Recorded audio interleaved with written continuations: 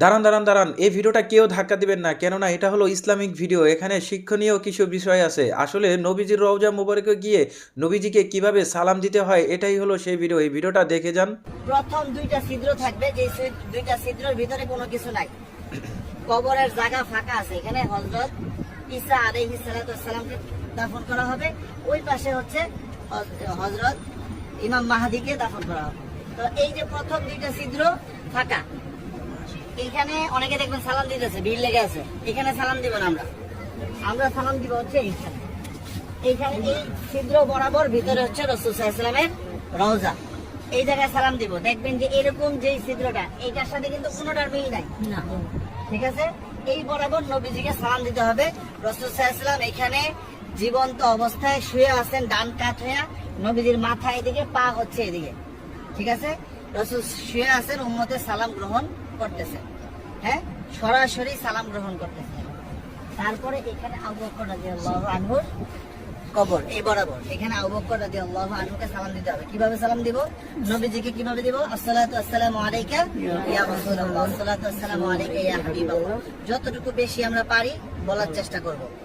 সালাম দেওয়ার সবচেয়ে সুন্দর সময় হচ্ছে রাত্রে 10:30টার পর থেকে নিয়ে রাত্রে 1টা-2টা পর্যন্ত ফাঁকা থাকে, ভিড় থাকে না। আর দিনের বেলা সকাল 7টা থেকে নিয়ে একেবারে জোহর পর্যন্ত কি ফাঁকা থাকে, ফাঁকা। আসরের সময় থেকে নিয়ে এশারের পর পর্যন্ত কি থাকে? ভিড় থাকে। যত বেশি পারেন নবীজিকে সালাম দিবেন। যদি সালাম কবুল হয়ে যায়, আল্লাহ নবী বলতেছেন যে আমার রোজায় যে সালাম দিল তার উপরে, আমার উপরে ওয়াজিব হয়ে যায় তার জন্য হাসরের ময়দানে সুপারিশ করা। তাই আমার সালামটা যদি গ্রহণ করেন নবীজি, তাহলে আমাদের এটা নাজাতের ওসিলা হয়ে যেতে পারে। যাই হোক, বলতেছিলাম এই বরাবর আবু বকর রাদিয়াল্লাহু আনহু, আবু বকর রাদিয়াল্লাহু আনহু মাথা এদিকে, পা এদিকে। নবীজির মাথা এখানে, রাসূলের পা এই পর্যন্ত আসছে। রাসূলের শরীরের ওই পাশে হচ্ছে কি আবু বকর রাদিয়াল্লাহু আনহু। আবু বকর রাদিয়াল্লাহু আনহু ঘাড় বরাবর হচ্ছে হযরত ওমর রাদিয়াল্লাহু আনহু, উনি আরো ওই পাশে, ঠিক আছে?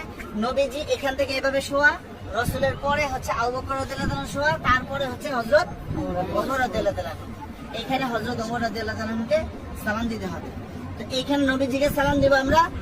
আর রাসূলকে অনেক মানুষ আমাদেরকে বলছে না সালাম দেওয়ার জন্য, তো আমরা নিয়ত করব যে আমাদেরকে যত মানুষ সালাম দিতে বলছে তাদের সকলের পক্ষ থেকে সালাম, আসসালাতু আসসালামু আলাইকা ইয়া রাসূলুল্লাহ, ঠিক আছে? তারপর আবু বকর রাদিয়াল্লাহু আনহুকে সালাম দিব, হযরত ওমর রাদিয়াল্লাহু আনহুকে সালাম দিব। তারপরে এখানে কোনো কিছু নাই, ফাঁকা আছে কবরের জায়গা ভিতরে। আমরা এদিক দিয়ে বের হয়ে যাব। এটা হচ্ছে পুরুষদের যে কোনো সময় খোলা আছে সালাম দেওয়া।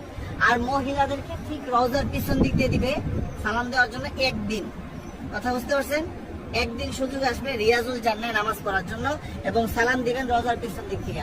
আর মহিলারা বাহির দিয়া প্রতিদিনই সালাম দিবেন। ভাইগো, এই ভিডিওটা আপনারা বেশি বেশি শেয়ার করে সবার মাঝে ছড়িয়ে দিন।